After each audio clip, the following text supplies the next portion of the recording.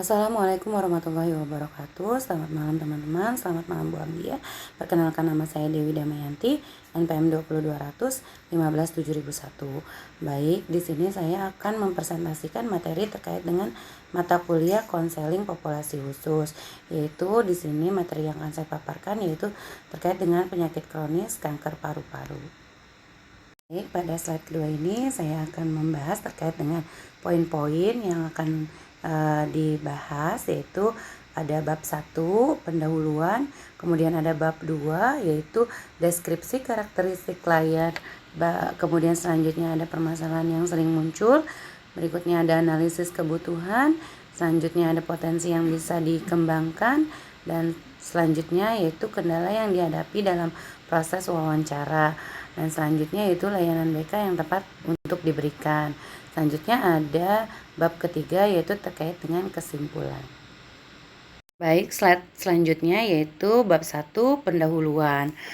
Pendahuluan di sini dibahas tentang konseling populasi khusus dan pengertian dari kanker paru. Pengertian dari konseling populasi khusus yaitu adalah proses pemberian bantuan yang dilakukan oleh konselor kepada konseli yang mengalami suatu masalah dengan ciri-ciri yang sama dan menempati ruang yang sama pada waktu tertentu secara khusus, sehingga konseli memperoleh pemahaman yang lebih tentang dirinya, lingkungannya, dan masalahnya, serta mampu memecahkan masalah yang dihadapinya dengan mampu mengarahkan potensi yang dimilikinya ke arah perkembangan yang optimal dan kemudian dapat mencapai kebahagiaan dalam hidupnya.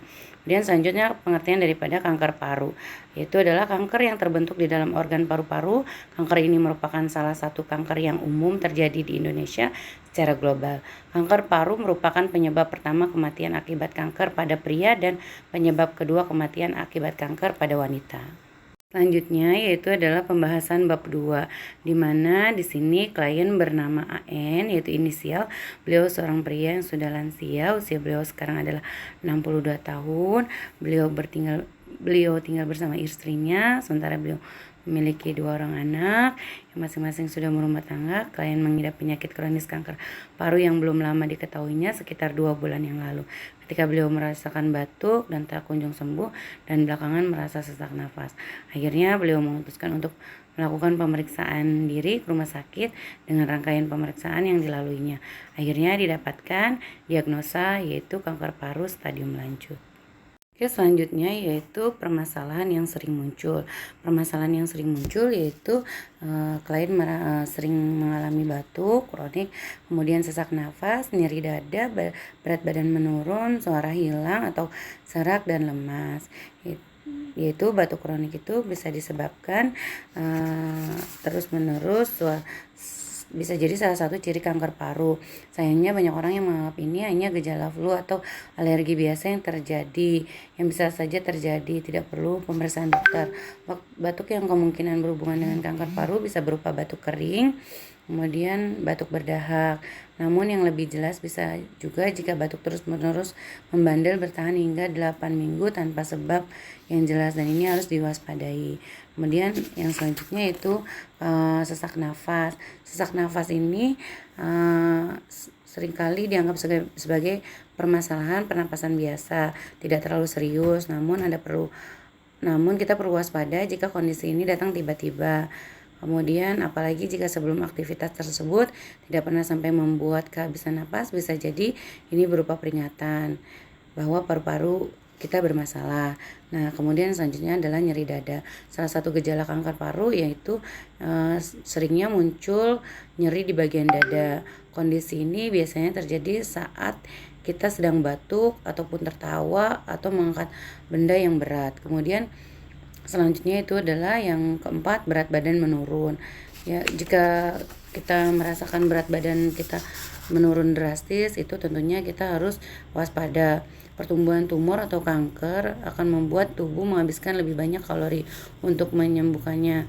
Akibatnya kalori dalam tubuh akan banyak diserap sehingga berat badan jadi berkurang. Penurunan berat badan yang berhubungan dengan kanker tidak hanya kanker paru-paru biasanya sulit dijelaskan, bahkan berat badan juga bisa turun meskipun penderita tidak mengubah pola makan sama sekali.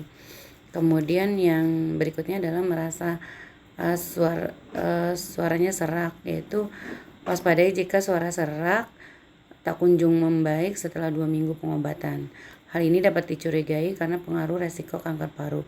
Pertumbuhan kanker paru dapat mempengaruhi kotak suara dan sehingga suara jadi serak. Kemudian lelah. Rasa lemas dan lesu bisa membuat bisa disebut dengan istilah malaise, yaitu kondisi ini umum terjadi pada penderita kanker, di mana energi tubuh banyak digunakan untuk melawan kanker. Akibatnya badan merasa lemas dan tidak bergairah untuk menjalani aktivitas sehari-hari. Baik, selanjutnya yaitu terkait dengan analisis kebutuhan. Analisis kebutuhannya itu yaitu di sini ada pengelolaan pikiran yang positif, keyakinan untuk menghadapi penyakit yang dideritanya, melakukan kegiatan positif, asupan makanan yang sehat, vitamin dan suplemen. Pengelolaan pikiran positif itu yaitu dengan bisa juga dengan dibantu oleh bimbingan konseling, di mana bimbingan konseling yaitu merupakan layanan yang diberikan kepada klien yang menderita penyakit kronis.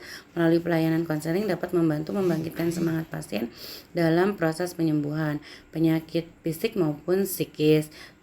Selain disembuhkan dengan pengobatan medis, harus pula didukung dengan pendampingan bimbingan konseling agar keduanya, fisik dan psikisnya, dapat selaras. Oke, kemudian memberikan motivasi dan dukungan dari keluarga maupun kerabat terdekat bahwasannya klien mampu untuk menghadapi penyakit yang dideritanya. Kemudian melakukan kegiatan-kegiatan positif dan asupan makanan yang sehat, sayur-sayuran, buah-buahan, kemudian mengkonsumsi vitamin dan suplemen, juga obat-obatan yang dianjurkan oleh dokter.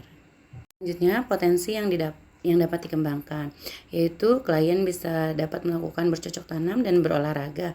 Untuk bercocok tanam, selain untuk mengisi waktu luang aktivitas berkebun dan memelihara tanaman, rupanya memiliki manfaat yang luar biasa bagi kesehatan, antara lain meningkatkan daya tahan tubuh, mengusir rasa jenuh dan stres sebagai sarana latihan fisik dan olahraga, menjaga kesehatan otak dan sebagainya.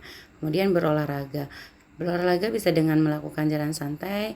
Jalan santai merupakan olahraga kardio. Cara ini menjadi olahraga yang mudah dilakukan dan bisa kapan saja dan di mana saja.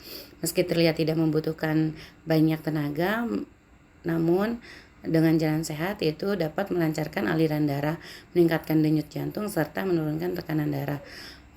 Dengan berjalan santai ini dapat dilakukan selama 30 menit. Selanjutnya yaitu kendala yang dihadapi pada saat proses wawancara adalah suara klien yang tidak begitu jelas karena suara beliau serak. Suara serak yang beliau alami itu disebabkan batuk yang terus-menerus sehingga menyebabkan suara serak dan sulit hilang. Itu menjadi salah satu ciri kanker paru. Selain itu, sesak napas yang datang tiba-tiba. Namun pada saat proses wawancara dibantu oleh istri beliau sehingga saya dapat memahami yang dikatakan beliau dan wawancara dapat terselesaikan sehingga banyak informasi dan juga pembelajaran yang bisa saya dapatkan. Yaitu pencegahan kanker paru-paru dapat dilakukan dengan berhenti merokok atau menghindari asap rokok. Bagi seorang yang berisiko terkena kanker paru-paru, periksaan rutin sebaiknya dilakukan. Selain itu, disarankan untuk berolahraga secara rutin dan mengonsumsi makanan sehat dan bergizi seimbang. Berikutnya yaitu layanan konseling yang dapat diberikan. Itu layanan informasi, layanan penguasaan konten, dan layanan client center.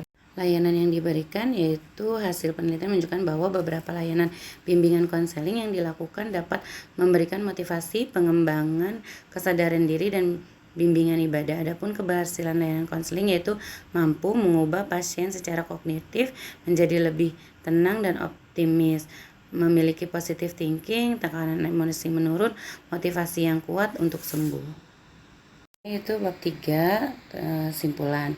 Kanker paru termasuk penyakit yang cukup ganas di dunia dan mencatat bahwa ada sekitar 1,3 juta orang meninggal setiap tahunnya karena kanker paru-paru. Sayangnya pada kebanyakan kasus jenis kanker ini baru terdeteksi setelah kondisinya memburuk. Untuk itulah sangat penting mengenali setiap ciri dan gejala kanker paru sedini mungkin. Semakin cepat mendeteksi, maka peluang pasien untuk bertahan hidup dan melawan kanker ganas ini akan semakin besar. Kanker tidak hanya berdampak secara fisik saja, akan tetapi juga mempengaruhi kondisi psikologis penderitanya dan perawatan penyakit dalam jangka waktu yang lama. Selain mempengaruhi kondisi penderita, juga mempengaruhi kondisi keluarga. Pendampingan psikologi merupakan salah satu cara yang dapat dilakukan untuk memberikan dukungan bagi individu dan keluarga penderita sebagai upaya dalam meminimalisir dampak psikologis yang muncul. Dukungan psikologis bagi penderita kanker akan berpengaruh secara holistik terhadap kondisi pasien dan keluarga, baik secara biologis, psikologis, sosial, dan spiritual. Dengan adanya pendampingan psikologi terhadap pasien kanker, diharapkan hasil yang didapat selama proses pendampingan diantaranya adalah pasien dan keluarga memahami konsep kanker dan cara perawatan pasien, cara melakukan penanganan sederhana terhadap masalah psikososial, dan keluarga mampu memberikan dukungan psikososial pada anggota keluarga yang sakit. Kemudian rekomendasinya yaitu perlu dilakukan lebih banyak kegiatan dan aktivitas yang berfokus pada peningkatan dukungan psikososial pasien dan keluarga karena masalah psikososial dapat mempengaruhi proses penyembuhan pasien kanker. Baik, sekian atas presentasi saya kali ini. Semoga bermanfaat dan dapat dipahami. Terima kasih.